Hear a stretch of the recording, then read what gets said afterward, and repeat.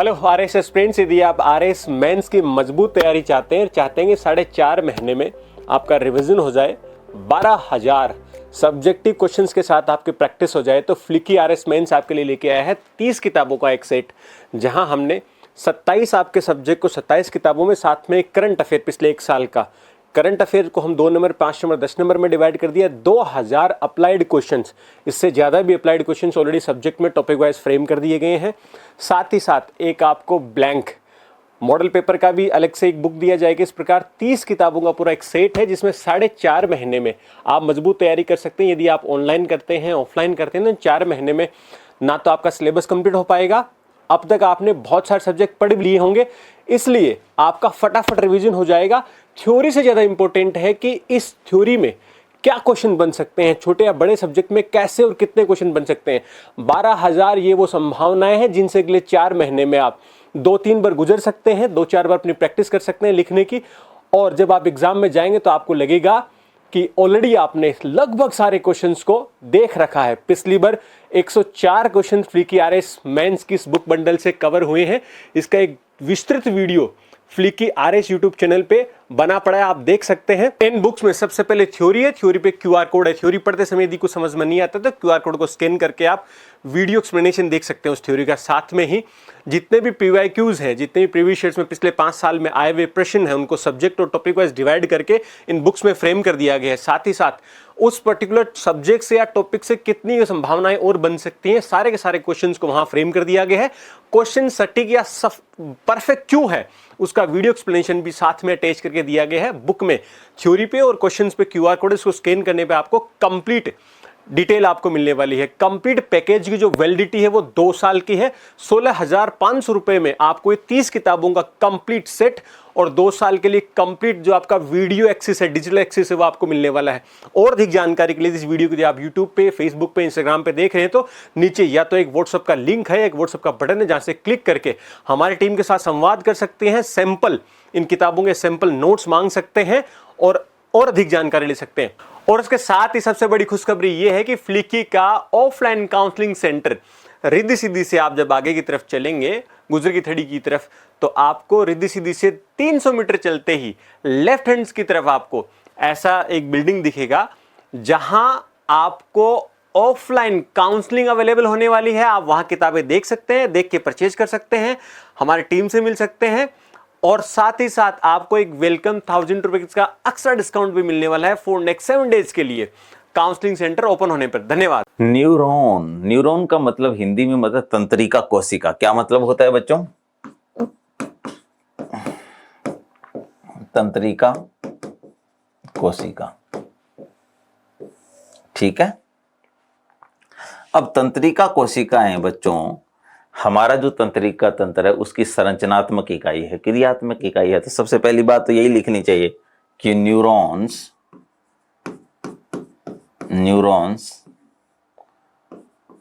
मानव शरीर में, क्योंकि हम तो मानव शरीर को ही पढ़ रहे हैं ना, मानव शरीर में तंत्रिका तंत्र की संरचनात्मक व क्रियात्मक इकाई है। यह विभिन्न सूचनाओं व निर्देशों को अंगों व मस्तिष्क के मध्य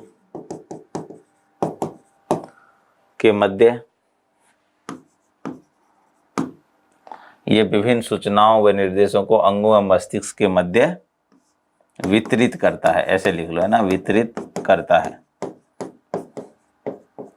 इससे शरीर का नियमन व समन्वय बना रहता है। इससे शरीर का नियमन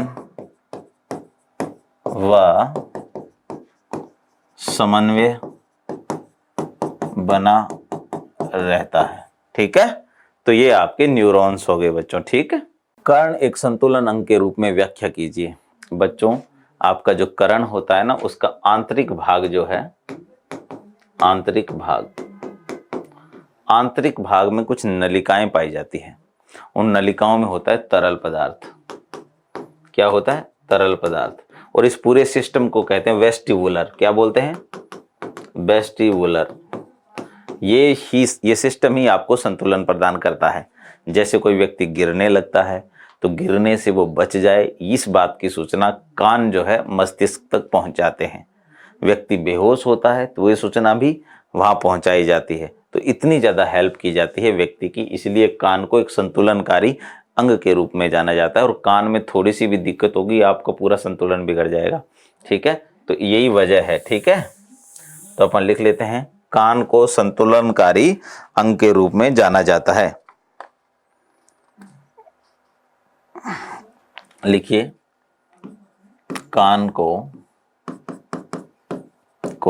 एक संतुलनकारी अंग के रूप में जाना जाता है, क्योंकि इसके आंतरिक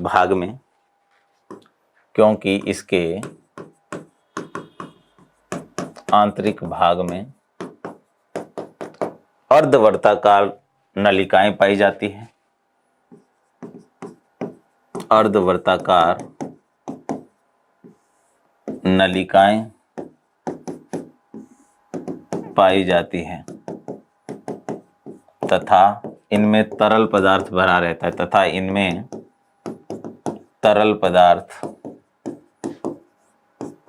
रहता है। इस तंत्र को वेस्टिबुलर तंत्र कहा जाता है। क्या कहा जाता है? इस तंत्र को वेस्टिबुलर तंत्र कहा जाता है, जो व्यक्ति के गमन संबंधी यानी चलने संबंधी क्रियाओं को संतुलित करता है। ठीक है ना? जब भी व्यक्ति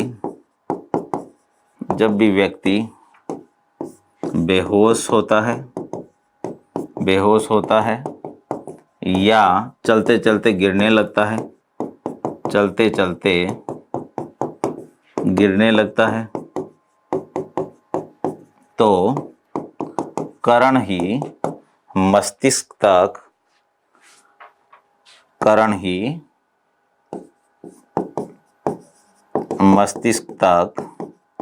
सूचनाओं को प्रेषित करता है तथा शरीर को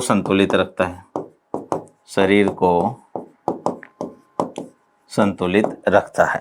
बस इतनी जानकारी आपको देनी है।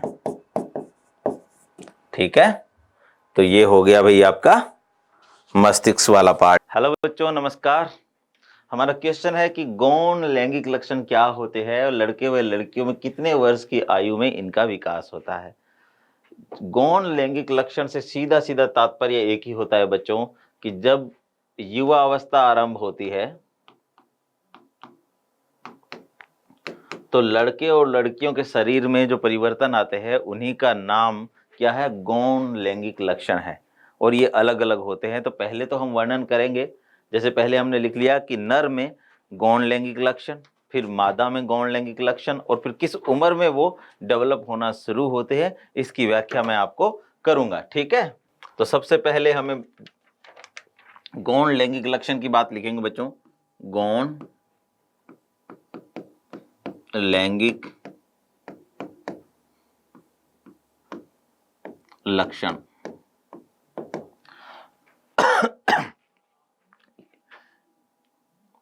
युवा अवस्था में शरीर में होने वाले परिवर्तनों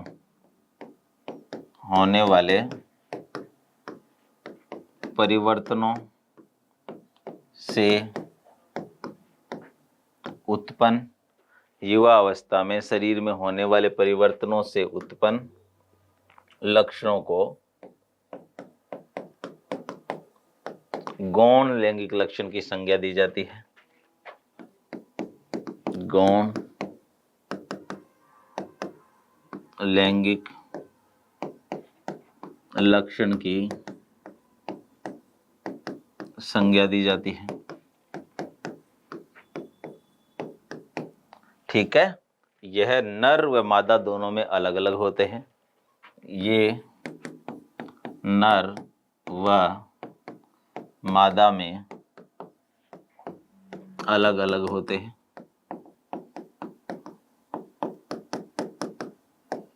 तो सबसे पहले हम बात करेंगे बच्चों नर के गौण लैंगिक लक्षण।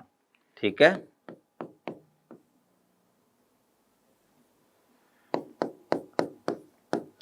नर के गौण लैंगिक लक्षण। ठीक है, पहला है बच्चों दाढ़ी मूछें, है ना। चेहरे व शरीर पर बालों का विकास पहला लक्षण है। चेहरे व शरीर पर बालों का विकास, एक लक्षण तो बच्चों ये हो गया। ठीक है, दूसरा है बच्चों आवाज का भारी होना। दूसरा क्या है, पुरुषों की आवाज भारी होती है। ठीक है, आवाज का भारी होना व शरीर की लंबाई में वृद्धि। जैसे जैसे आपकी उम्र बढ़ेगी 10 साल के बाद तो आपकी लंबाई में वृद्धि होना शुरू होगी बच्चों। शरीर की लंबाई में वृद्धि, है ना, ये इस उम्र का विशेष लक्षण है। आपने देखा होगा कि कुछ बच्चे जब 10 से 15 साल के बीच की उम्र में होते हैं या 16 तक पहुंचते हैं तो एकदम से बढ़ जाते हैं, है ना। 6 महीने पहले आपने देखा तो हाइट कम थी, उसके बाद देखा अरे यार तू तो बहुत बढ़ गया। वो गौण लैंगिक लक्षण है। ठीक है, शरीर की लंबाई बढ़ जाती है। ठीक है, तीसरा होगा बच्चों कंधे चौड़े हो जाते हैं। ठीक है, पुरुषों के कंधे चौड़े होते हैं। तो एक ये लिख दीजिए, कंधे चौड़े हो जाते हैं। ठीक है, एक अपन कह सकते हैं बच्चों अस्थियों का आकार एवं पेशियों में वृद्धि होती है। अस्थियों के आकार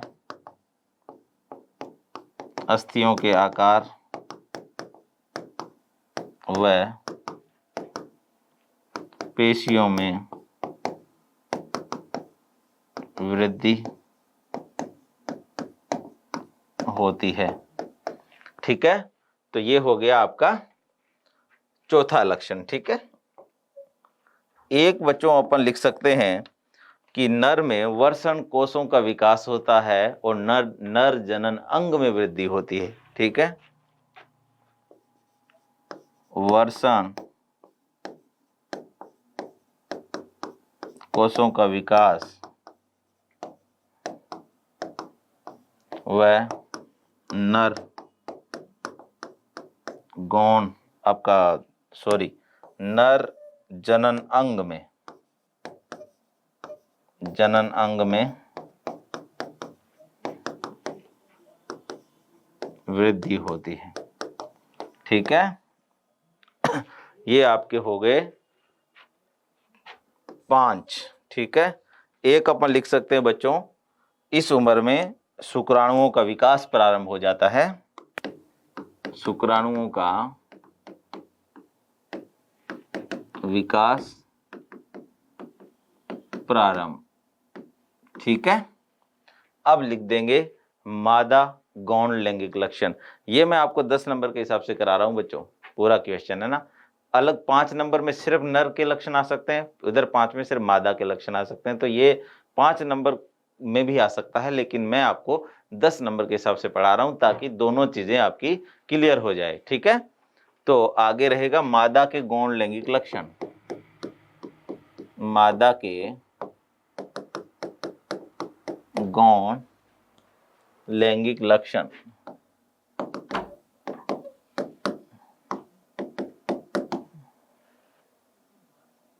ठीक है। मादा गौण लैंगिक लक्षण में पहला अपन लिखेंगे बच्चों कक्षीय व जघन वालों का विकास।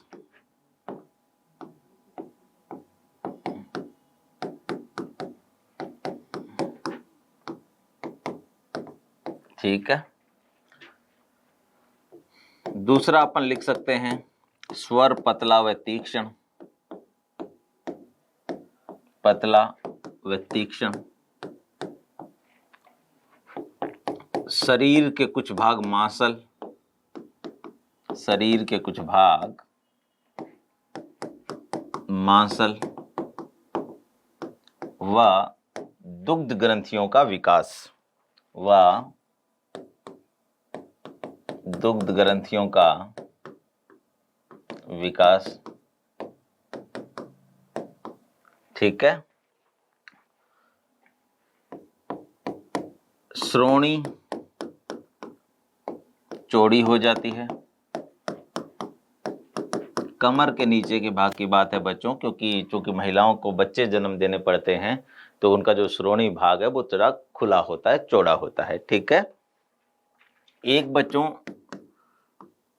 अंड जनन प्रारंभ हो जाता है, अंडों का निर्माण व मासिक धर्म प्रारंभ। ठीक है। तो ये जो है आपके मादा के गौण लैंगिक लक्षण हो सकते हैं बच्चों। और अब बात आती है आयु की, है ना। सवाल क्या था, किस आयु में इनका विकास होता है। विकास की आयु, है ना, गौण लैंगिक लक्षणों के विकास की आयु। तो आयु में भी पहला है नर और दूसरा है मादा। नर में बच्चों ये उम्र है 14 से 18 वर्ष, नहीं 15 से 18 वर्ष, और महिलाओं में है 11 से 14 वर्ष। ठीक है। तो ये आपका हो गया, ये गौण लैंगिक लक्षण से संबंधित सवाल हो गया है। ठीक है। एंटी डायरेटिक हार्मोन एडीएच की रक्त दाब नियंत्रण में भूमिका स्पष्ट कीजिए। बच्चों एडीएच हार्मोन भी पीयूष ग्रंथि से ही स्रावित होता है, उसकी पश्चपाली से। एक्चुअली पीयूष ग्रंथि क्या होती है बच्चों, एक बार समझ लीजिए। इस तरह 3 पालियां होती है, अग्रपाली, मध्यपाली और पश्चपाली। कुछ हार्मोन अग्रपाली से स्रावित होते हैं, इवन ज्यादातर हार्मोन अग्रपाली से ही स्रावित होते हैं। 2 हार्मोन ऐसे हैं जिसमें ऑक्सीटोसिन और एडीएच ये आपकी पश्चपाली से होते हैं, और एक जो मेलेनोसाइट वाला हार्मोन होता है, मेलेनोटोनिन को जो प्रेरित करता है, वो मध्यपाली से स्रावित होता है, जो त्वचा के रंग का निर्धारण करते हैं। ठीक है। तो ये पीयूष ग्रंथि जो होती है, इसकी पश्चपाली से स्रावित होने वाला हार्मोन है एडीएच। इतना याद हो गया। अब देखिए, एडीएच को ही वैसोप्रेसिन भी कहा जाता है। क्या कहा जाता है? वैसोप्रेसिन।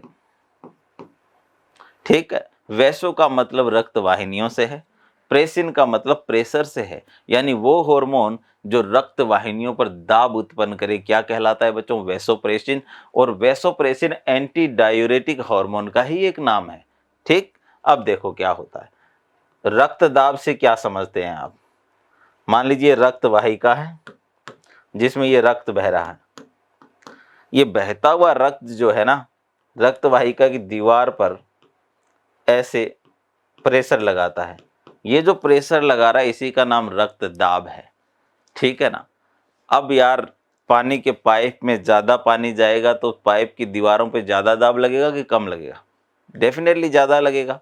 और कम पानी होगा तो कम दाब लगेगा। ये बात आपके रक्त के साथ भी होती है। होता क्या है कि ये जो एंटी डायूरेटिक हार्मोन है ना, इसकी मात्रा शरीर में यदि ज़्यादा हो, समझने की कोशिश करना, इसकी मात्रा यदि शरीर में ज़्यादा हो, जैसे पहले समझ लेते हैं, लिखेंगे बाद में, एडीएच ज्यादा। जब भी एडीएच ज्यादा होगा आपके शरीर में यूरिन का उत्सर्जन कम होगा। क्यों? देख लेते हैं। देखो, मूत्र का उत्सर्जन कम, ठीक। हुआ क्या? हुआ ये कि आपकी किडनी से पानी का अवशोषण हो गया, जिसे हम कहते हैं पुनः अवशोषण, और उसे रक्त में डाल दिया गया है। तो जब एडीएच ज्यादा होता है ना, तो जल पुनः अवशोषण भी बच्चों क्या होगा? ज्यादा होगा। एडीएच ज्यादा, जल पुनः अवशोषण भी ज्यादा, तो ये जल जाएगा कहाँ? रक्त में। अब जब रक्त में जल की मात्रा बढ़ेगी तो रक्त का आयतन बढ़ेगा कि नहीं? तो क्या होगा बच्चों? रक्त का आयतन बढ़ा, और आयतन बढ़ने से दबाव बढ़ेगा रक्त वाहिनियों की दीवार पर, तो रक्तदाब बढ़ गया। सवाल भी तो यही है, एंटी डाययूरेटिक हार्मोन के रक्तदाब नियंत्रण में भूमिका, ठीक है। दाब बढ़ जाएगा। एक चीज, सेम बात हम विपरीत करके देखते हैं। एंटी डाययूरेटिक हार्मोन की मात्रा कम, चूंकि मात्रा कम है तो ये जल का पुनः अवशोषण भी कम करेगा। जल पुनः अवशोषण भी कम, और जब जल पुनः अवशोषण कम होगा तो रक्त में पानी की मात्रा ज्यादा होगी कि कम होगी? जाहिर सी बात है कम होगी। पानी की मात्रा कम होगी तो आयतन भी कम और दीवार पे दाब भी कम, तो रक्तदाब कम होगा कि नहीं? तो समझे, ऐसे नियंत्रण करता है किसका? रक्तदाब का। चलिए लिख लेते हैं।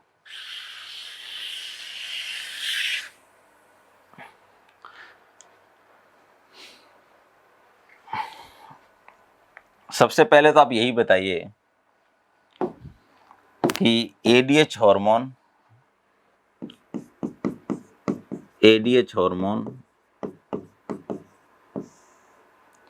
पीयूष ग्रंथि की पश्चपाली से स्रावित होता है।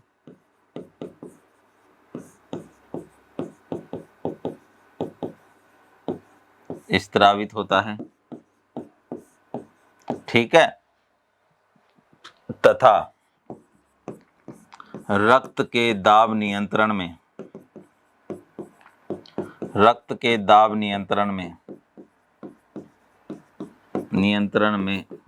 इसकी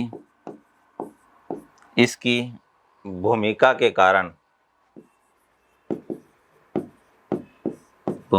कारण इसे वैसोप्रेसिन भी कहा जाता है। इसे वैसोप्रेसिन भी कहा जाता है, क्योंकि शरीर में एडीएच की बढ़ी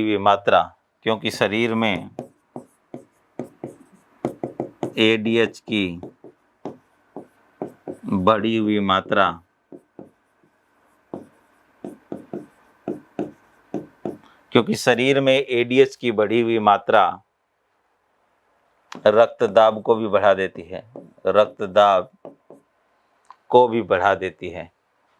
ठीक है। रक्तदाब को भी बढ़ा देती है। अब ऐसा क्यों होता है? लिख दीजिए, क्योंकि यदि एडीएच अधिक है तो जल का पुनः अवशोषण भी अधिक,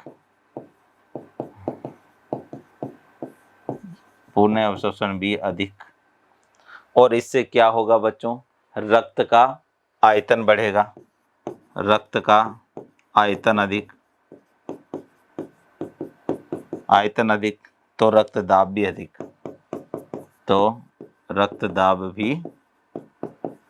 भी बच्चों अधिक, ठीक है। तो ये आपका एडीएच का एक तरफ का हिस्सा पूरा हुआ। अब क्या होगा बच्चों, देखिए। और यदि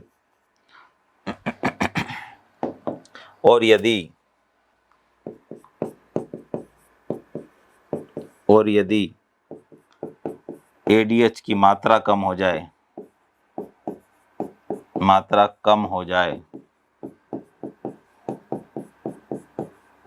यदि ADH की मात्रा कम हो जाए तो रक्तदाब भी कम हो जाता है, रक्तदाब भी कम हो जाता है,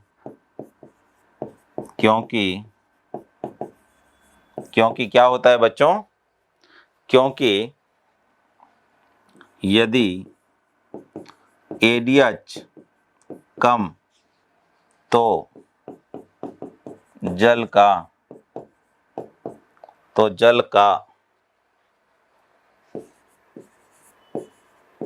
पुनः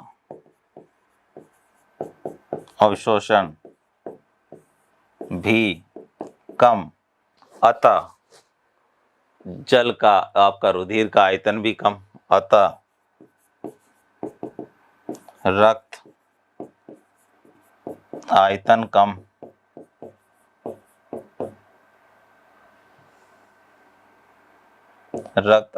कम, और फलस्वरूप रक्तदाब भी कम, रक्तदाब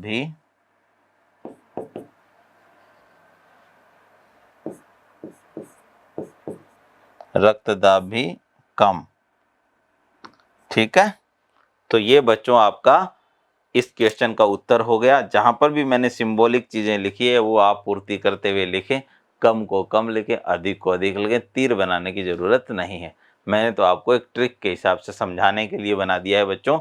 ठीक है, तो चलिए अब आगे बढ़ते हैं। समझ में तो आ गया ना, आप वैसोप्रेसिन इसीलिए कहते हैं ADH को, है ना, एंटी डायरेटिक हार्मोन। इसकी एक जानकारी और बता देता हूं, जो रेगिस्तानी जंतु होते हैं ना, इनमें ADH की मात्रा हमेशा बढ़ी हुई रहती है, इसीलिए उनमें यूरिन की जो उत्सर्जन कम होता है, इसलिए वहाँ उसका महत्व है, क्योंकि रेगिस्तान में तो पानी नहीं है ना, पानी वेस्ट कर ही नहीं सकते, इसलिए। ठीक है।